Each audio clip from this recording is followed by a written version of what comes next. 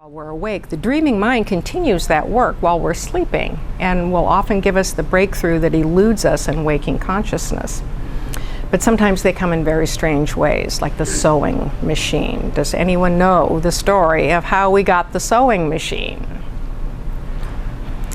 Well, it was invented by a man named Elias Howe in the 19th century, and he could not get it to work. He had this idea that, rather than sewing by hand, you could, this was the age of machines, you could mechanize it, but he couldn't get the thread to stay in the needle, and he could not solve the problem. So one night he has this dream.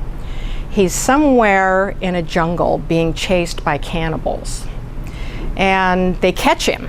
And they drag him back to their village, and they put him into a big, huge pot full of boiling water or oil. And every time he tries to climb out of this pot, some cannibal takes a big, long spear, it's a big, tall, long spear, and stabs him back into the pot. Now he notices in the dream that there's something very strange about these spears. They have holes on the top.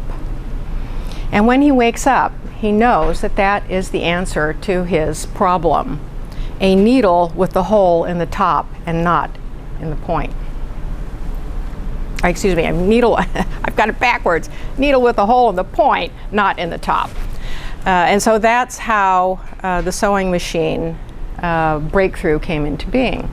There have been scientists who've come up with answers to problems they've been looking for, like the chemist Auguste Kekulé could not figure out how the molecule benzene could be explained molecularly. And one night he had a dream of, it was a round snake biting its own tail. Now this is a very important alchemical symbol. It's called the Ouroboros, and it symbolizes unity. But he was not familiar with alchemy. He was not familiar with the Ouroboros. But when he contemplated this very strange symbol of the snake biting its tail, he suddenly had the circular molecular pattern of benzene. He had gotten it. It wasn't linear, it was circular. So there have been many stories like that, and creative breakthroughs as well. Paul McCartney got the song Yesterday in a dream. He woke up with the song full in his head. Knew all the lyrics, the sound, the entire song. It was so familiar to him that he was convinced that he'd heard somewhere. Someone else had composed this song, and he just was remembering it from somewhere. Could not find it, but it came in a dream. Poems have been written in dreams. Ideas for novels. Alice in Wonderland. And Robert Louis Stevenson got many of his ideas from dreams. Robert Louis Stevenson said that he had brownies working for him while he dreamt, and they often gave him the ideas. But he had one of his big breakthrough ideas for Dr. Jekyll and Mr. Hyde from a dream. Now he was at a point in his career where he needed money. And he was a very popular writer, but every writer hits highs and lows. And he was at a low, and he had a dream one night about a man who literally had two faces, good and bad, Dr. Jekyll and Mr. Hyde. And he would sit up in bed when he woke, and he was very good about recording his dreams. And he told his wife when he woke up, he said, I've got my shilling shocker. That's what they called them then, shilling shockers, because they would sell for about a shilling, and it was a shocking novel, and it was like the penny dreadful presses. He had his shilling shocker, and that's how Dr. Jekyll and Mr. Hyde came into being. Mary Shelley got a lot of her ideas for Frankenstein from a dream. And the dream came out of a conversation that she had with, along with her husband and Lord Byron and Byron's physician, John Polidori. They were vacationing in a Swiss chalet. It was really a dark and stormy night, and Lord Byron suggested that they all come up with horror stories to tell each other. And Mary Shelley went to sleep and dreamed of Frankenstein. And she said that she could see the face of the monster so clearly in her dream that it was very frightening to her. It seemed so real The dream was so lucid. Jack Nicklaus improved his golf swing from a dream. Now, he also was at a low point in his career, was not shooting very well, and had a dream in which a mysterious person showed him how to improve his swing. And he followed the advice in the dream and got his game back, got his winning streaks back. So it doesn't seem to matter what aspect of life we're in.